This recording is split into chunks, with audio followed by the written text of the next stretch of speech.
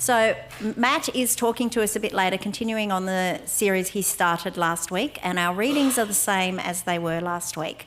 So we're going to run over those again. So it's Acts chapter 2, verses 42 to 47. And they devoted themselves to the apostles' teaching and the fellowship, to the breaking of bread and the prayers. And awe came upon every soul, and many wonders and signs were being done through the apostles. And all who believed were together and had all things in common. And they were selling their possessions and belongings and distributing the proceeds to all as any had need. And day by day, attending the temple together and breaking bread in their homes, they received their food with glad and generous hearts, praising God and having favour with all the people. And the Lord added to their number day by day those who were being saved. Continuing on with 1 Corinthians chapter 14, verses 26 to 33. What then, brothers? When you come together, each one has a hymn, a lesson, a revelation, a tongue, or an interpretation. Let all things be done for building up. If any speak in a tongue, let there be only two at most, or at most three, and each in turn, and let someone interpret. But if there is no one to interpret, let each of them keep silent in church and speak to himself and to God. Let 2 or 3 prophets speak, and let the others weigh what is said. If a revelation is made to another sitting there, let the first be silent. For you can all prophesy one by one, so that all may learn and all be encouraged. And the spirits of prophets are the subject to prophets. For God is not a God of confusion, but of peace, as in all churches of the saints. And still continuing in 1 Corinthians chapter 14, verses 39 to 40. So my brothers, earnestly desire to prophesy, and do not forbid speaking in tongues, but all things should be done decently and in order. Good morning, everyone. My name is Matt, for those of you who don't know me, and I'm one of the leaders here at MCC. For those of you who were with us last week, you may recall, and they say that God works in mysterious ways. I think that's in Scripture, and some people say that God's got a sense of humour. So last week I made a crack about us not being a church that has headset mics, and lo and behold, over the course of the week, here I am. So I've been thinking desperately, like, how do I work in a gag about private jets? So we'll see how that goes for next week. This is the second and second last part as well of a series that I'm doing called MCC Under the Hood. That is trying to answer the question, why do we do Sunday mornings the way that we do? How do we go about Sunday mornings? And more importantly, why do we do them the way that we do? Before I want to get into that, I just wanted to wish everyone a happy 50th birthday, believe it or not. It's a 50th birthday. Class kindly pointed out that as of the 17th, which is next Saturday, I believe, we would have been meeting here as a church for 50 years. So MCC, but 50 years old, yeah, next week, which is a big deal. And some of you, I think, have probably been here for almost all of that. If not all of that, some of you probably feel like you've been here for 50 years, even though you haven't. And hopefully there'll be some people here who are around for the 100-year celebration as well, God willing. That'd be fantastic. So happy 50th birthday. Now, last week I stepped back and examined the bigger picture of Sunday mornings. So who they're for, who, if you like, the audience for Sunday mornings, who the audience is for Sunday mornings.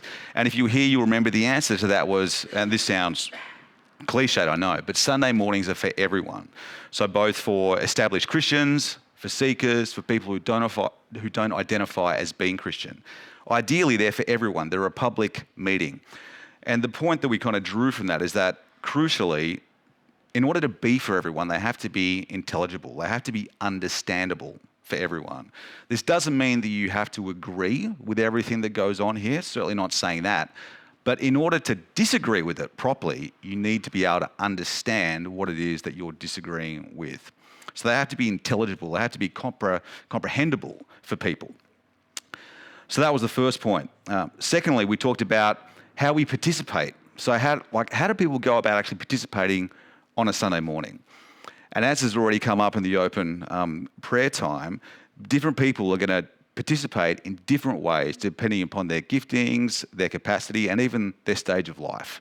So I gave a few examples about how over the course of a lifetime, the way that the current version of Matt participates on a Sunday morning will be different from the version of Matt a decade ago, two decades ago before that, and presumably a decade ahead as well.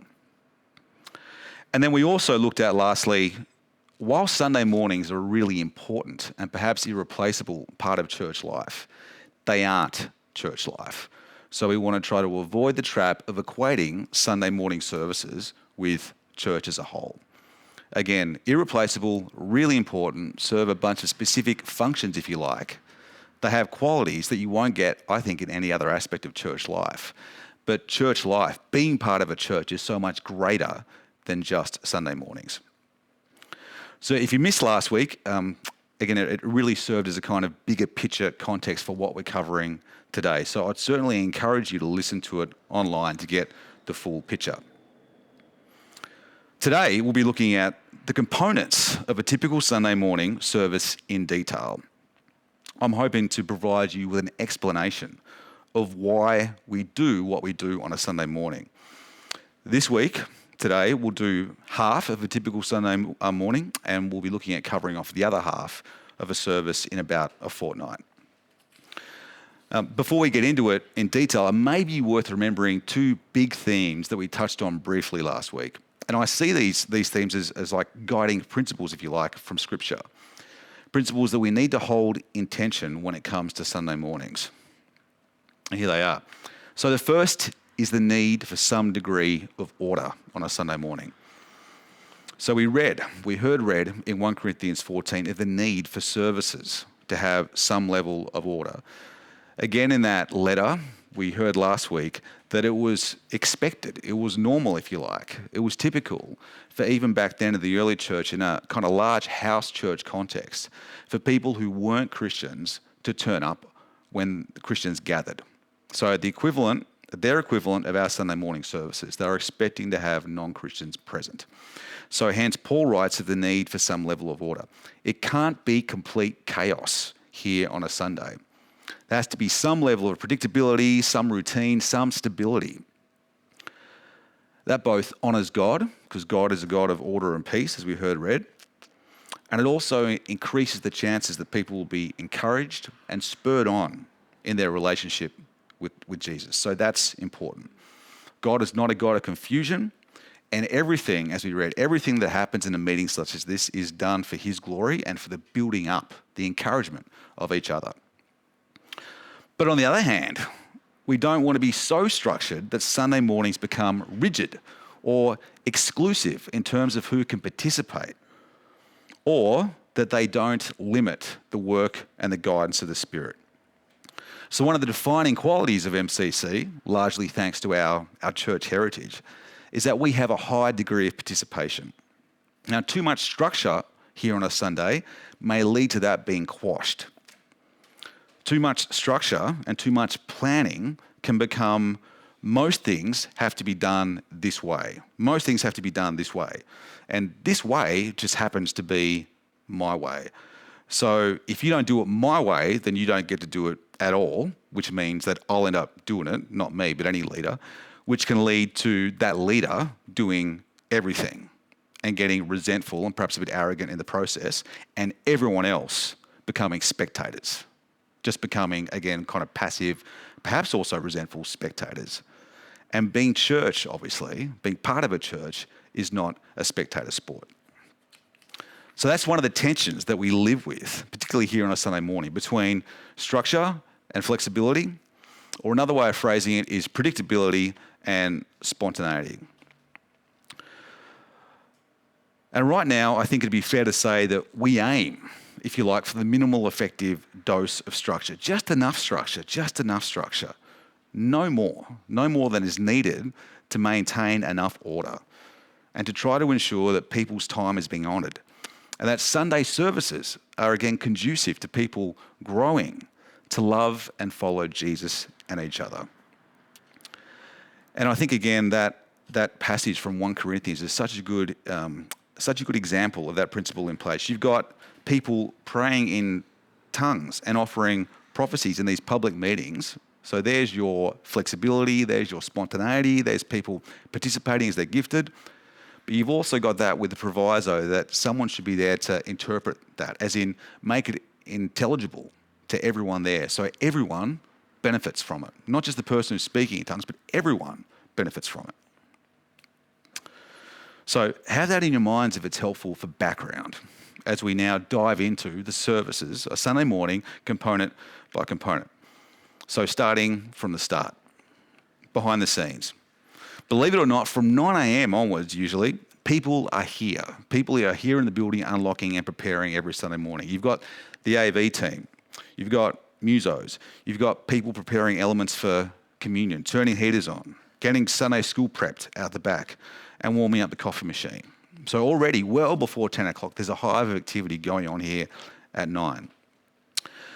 And then, I think usually somewhere between 9:30 and 9:45, there's prayer available, as in there's a group of people praying together for the church, particularly out the back here in one of the rooms out the back. So Dave and Marge and others who make up that regularly would love to have new people join them.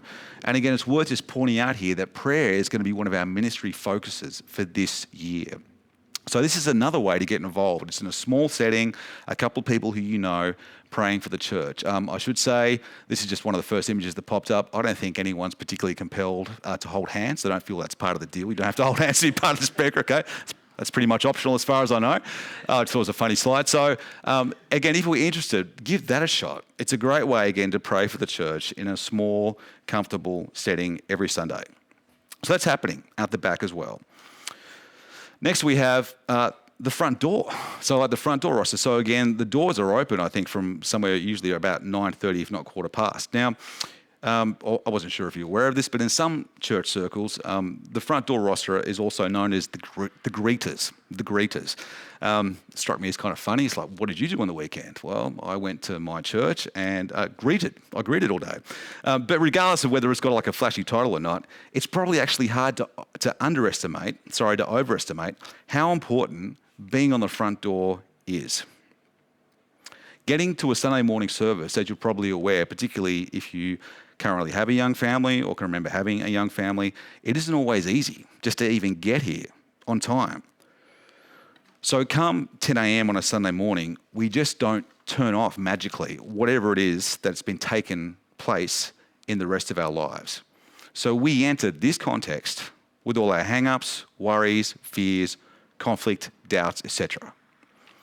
So the first impression and contact that we have with another human is critically important when it comes to making that transition from wherever it is that you came from to walking through that threshold.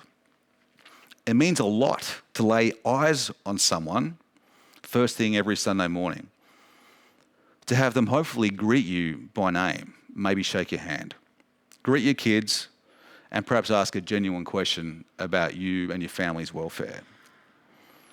It's also great to see people doing the meeting and the greeting from different generations, obviously different backgrounds, different age ranges, because that represents the range of people that we have here as part of the church. We're not all the same, which again reflects God's character and creativity. So even the people greeting on the front door and that exercise, it serves as a little reminder, if you like. It's a little embodied example of what the larger church is about. Variety, welcoming, hospitality, as Helen said before.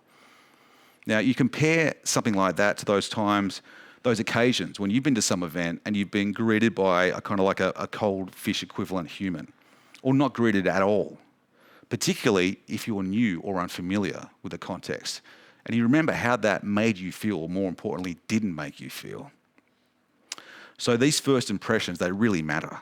Even more so, I'd say, to visitors. And we have visitors most Sundays. And that's why we ask people who are on the front door, our greeters, to be here by 9:45 and stay until 10:15. Because invariably someone is going to get here well before 10, and they're usually visitors, and people are going to definitely going to arrive after 10 as well. So whether people are early or they're late, they generally like to be greeted and welcomed. Pretty much everyone who's part of the church again, not by themselves but with a company, is hopefully going to be on that front door roster. Because it's a great way to get to know people, to meet people without getting stuck in long conversations. And it really doesn't take any prep either. And again, you'll be doing it in company. And we also just need to have bodies, human bodies at that front door as well. Because as you're probably aware, but maybe not so much if you've been here for almost 50 years, that front door can appear to be quite intimidating. It's hard to see what's through that if you're a visitor or if you're unfamiliar. It's a kind of old school churchy building. And we're looking at actually the front entry being revamped over the next 24 months, both because it needs to be safer. So that path, the ramp is getting more and more uneven. So we need a more even surface. We need to have probably the equivalent of some kind of handrails. And also we'd like ideally to open it up, make it a bit more light, a bit more open, a bit more airy, a bit more welcoming too. Okay, so that's front door and greeters. Then we've got, go back one, we've got starting on time. So a slight change that's been made over the past couple of months. We now aim to have the service manager open the service at 10 sharp. So we don't go straight into the musos, but the service manager, because we thought that was kind of, it made less of a cold and hard start for the musos. So we have someone like Helen this morning get up and just kind of let people know that we're about to start and prep people the fact that there's going to be music and singing. So we encourage everyone to be here by 10. Why would you even be particular about this? Well, 3 quick reasons. As I mentioned last week, this is a public meeting and it's advertised as such. And public meetings usually need defined, broadcasted start and finish times in order to work. Again, first-time visitors are largely going to be punctual. And these visitors, they may not know many people, if anyone at all. And the last thing they want is to be sitting in a pew, surrounded by strangers and just starting to feel more and more self-conscious for 10 or 15 minutes. So we try to start on time partly for their sake. And secondly, we try to start on time in order to honour the musos particularly, but everyone else who's laboured for the sake of the morning service. So if we don't start on time, then either we finish late, which isn't really that fair, or we cut and or rush something as well. And that something is probably going to be something that someone has spent a lot of time preparing for, if you like.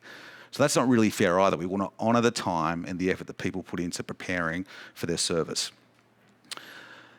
And then lastly on this, if you do get here late, which again happens, it's understandable, it's only human, you'll probably say hello to people on your way in through those glass doors. And this is good, right? Because you want to be social and say hello to people. But an unintended consequence is that you may distract people from their singing or just enjoying the singing. And this isn't so good. So getting here on time alleviates the chance of me walking in late and then talking in loud tones to everyone who I'm really keen and happy to see. Now, I'm not saying this is a big deal, and I'm certainly not trying to make out that myself and my family have got this down pat. I've been late plenty of times and no doubt will continue to be so occasionally. But it's just an encouragement to try and be on time, particularly for other people's sake. And we, in return, will strive to start and finish on time as well. And I should have prefaced all this by saying this is everything I'm presenting is like church in the ideal world, which I know doesn't exist. Okay, so just please hear me on that too. Okay. Songs. So after the service manager has introduced the service and called people together, we start with songs which are played by different music teams, and we generally have 3 brackets over the course of the service. Now, this is really important. Singing, as we mentioned briefly last week, it's a communal activity, and it's one of the few things we can all do together at the same time. And it's a form of worship. Again, it's not the only form of worship. Worship is whole of life. But it's a very unique form of worship that I warrant you won't get in other contexts during the week. We have skilled musicians who are playing beautiful music for us.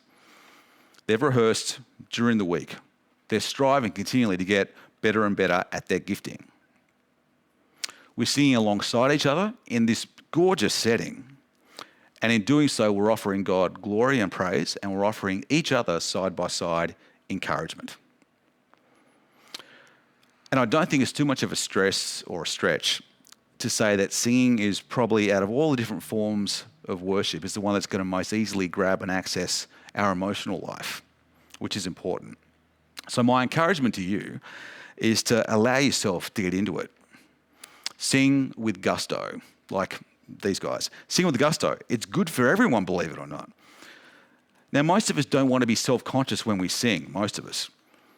So if you sing with gusto next to me and you sing with gusto next to me on this side, I don't have to worry so much about maybe hearing my own voice, which can be disconcerting for me and make me self-conscious. So again, sing loud. When you sing with gusto, the AV people appreciate it as well because they've spent a lot of time making sure that the lyrics align with the music. And this may not seem to be like a big deal if you've been here for a while or you're really familiar with the songs, but I've talked to people who are a bit new, who are new here, and they are really concerned about making sure that they are singing the right words that they're not so familiar with. So even having that sequence in order is a really big deal for them because, again, new people particularly are going to be more self-conscious. And then there's like the words themselves. This struck me anew. After the Christmas Eve service, I was talking to a mate my age who brought his kids, not my age, along to the Christmas Eve service for the first time. And he said afterwards, in a completely kind of like non-hostile, non-judgmental way, he just mentioned in passing, I said, hey, how did the kids find it? And he said, look, the kids really liked it, but they knew almost none of the songs. Christmas carols, regular Christmas carols. Because again, his kids haven't been raised in a Christian family, don't go to a Christian church, never been to Sunday school. So even Christmas carols to younger people are becoming less and less familiar. So you can imagine what it's like if you've got like a non-church background and you walk into here and you sing some of the songs that we sing, just the words themselves are going to be potentially very, very novel at the least. So again, if they're novel, if they're unfamiliar, if you're not even really sure what the meanings are of some of those words, it may make you more self-conscious about just singing. And again, believe it or not, singing with gusto means a lot for the musos. So I've had at least one muso tell me that they even notice body language when they're doing their thing up here. E.g., people like me who sometimes sing with their arms crossed, for example, like this. They weren't judging me, they aren't judging you. But just to let you know that people notice this stuff. People, like, if you're up the front here doing anything, over time you'll start to notice how people are responding. I can see you when you fall asleep. So musos are going to be encouraged by really hearty singing. So that's the singing. Now, announcements and prayer. So after the first bracket of songs, the service leader welcomes people and usually gives some announcements. Now, we're going to try to keep limiting the number of announcements. Why? Because they can take a lot of time, for starters. And they can hold not that much interest to a lot of people here, or newcomers or visitors. But largely, we're going to try to keep on limiting them because we've got more and more channels through which we can distribute those announcements and keep people informed as to what's going on. Social media, which more and more people are picking up, and the weekly email out. So announcements, more and more, will probably move towards the urgent, towards the important, and towards prayer-related stuff that's relevant to most people here, And partly this is also just about trying to free up our attention and headspace on a Sunday morning for the most important stuff, worshipping God, listening to Him, and encouraging and edifying each other. We've only got so much attention bandwidth, so let's not clutter that up with the good, but not most important stuff. Hopefully that makes sense. And again, with all this, please come and grab me or one of the leadership team afterwards.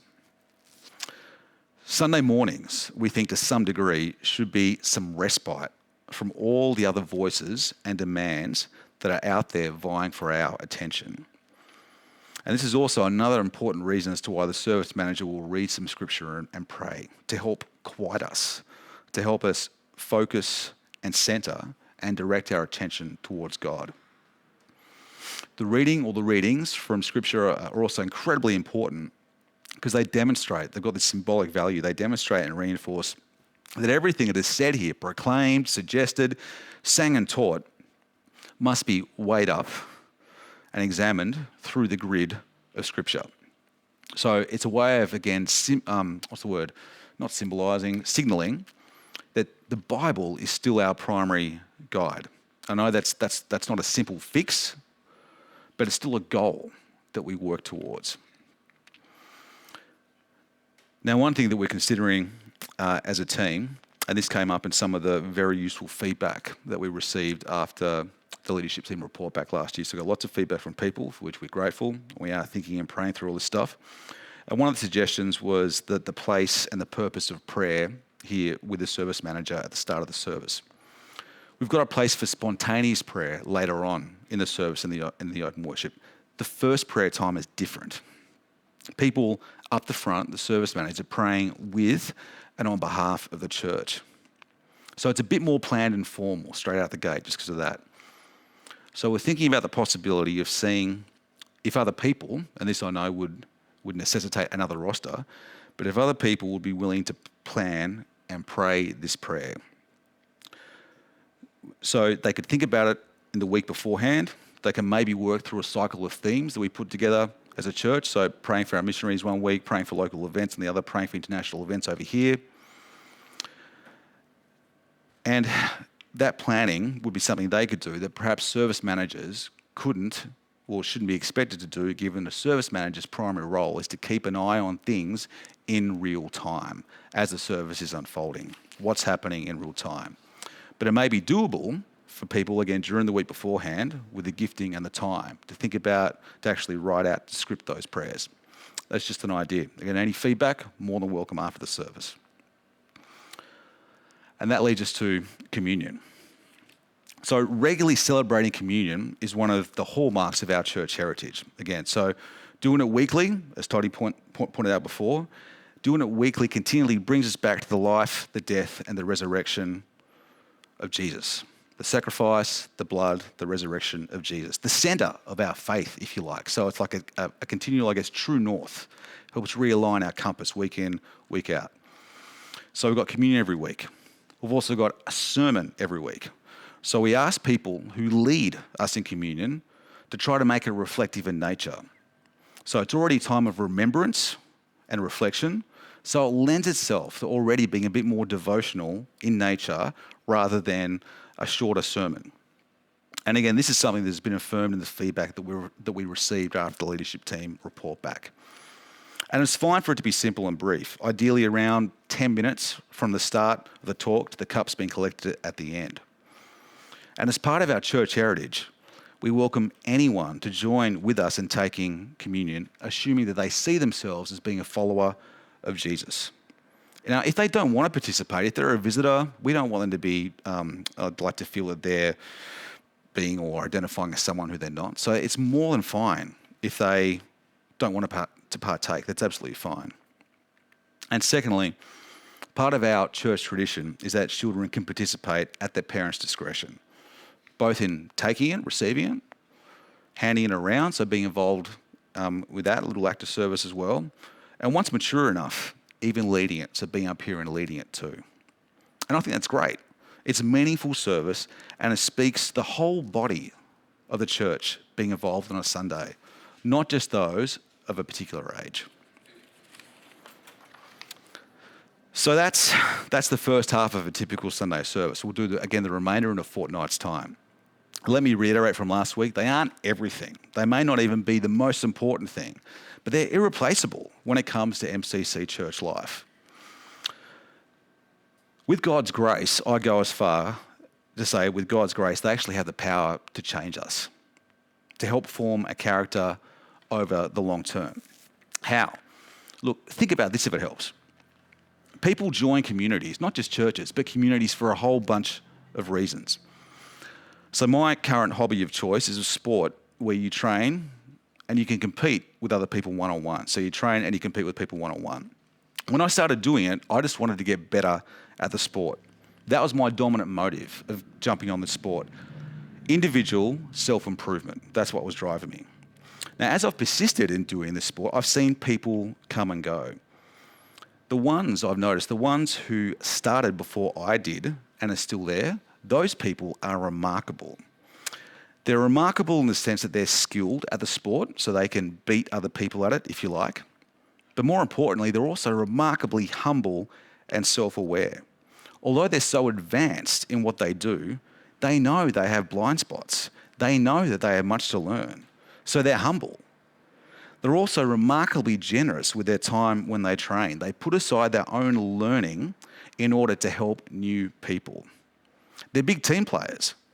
They give time and money to the club they're part of, above and beyond what's expected. Here's my point. I reckon these people joined that community, that sporting community, for one main reason. Individual self-improvement with maybe some community on the side. But as they've stayed with that community and participated for years, those motives, those original motives have changed. And they've changed because those people have changed, get this, without meaning or expecting to change. Humble, generous, and concerned with the good of the community. I reckon church can be like that on steroids. We can start off coming here, being part of it, for numerous reasons. People want community, people like the people, the coffee's really good, or if you're a kid, you kind of come along because your parents say you've got to come along.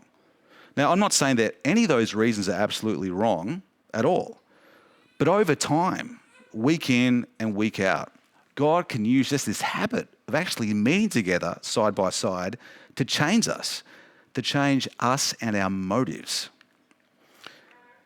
Over time, just coming here on a Sunday can instill a willingness to serve others, even when you get nothing out of it in the short term. It can give us the ability to appreciate and get along with people from very different backgrounds. And it provides an opportunity to benefit from following God with others, as opposed to, again, getting lost in this small, private spirituality. So spiritual community, over time, can become more about the needs of others than our own.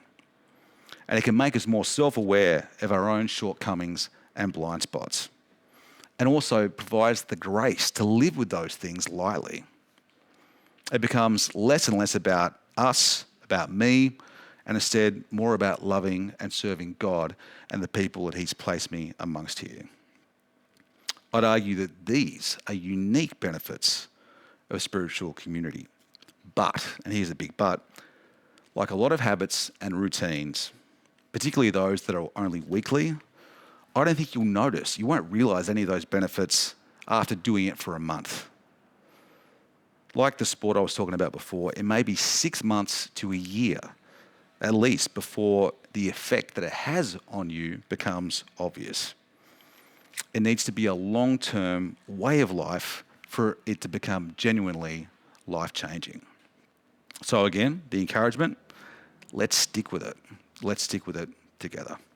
Thanks. Let me pray.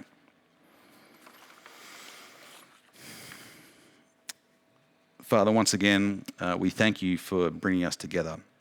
We thank you for the gift of each other. We thank you that following you, loving you haven't just left us to our own individual devices, but you've actually placed us here. Somehow, through your sovereignty, through your power, you can take our free will, you can take the decisions that we make, and you can turn that towards your ends. And your end, again, is over time making us more and more resemble your Son in character, in desires, in preferences, in the way that we live. So, Father, I pray that you'll help us be grateful for each other, help us be grateful for this chance to meet on a weekly basis, and help us again together walk that line between having just enough order and routine without quashing spontaneity and a high degree of participation, Father.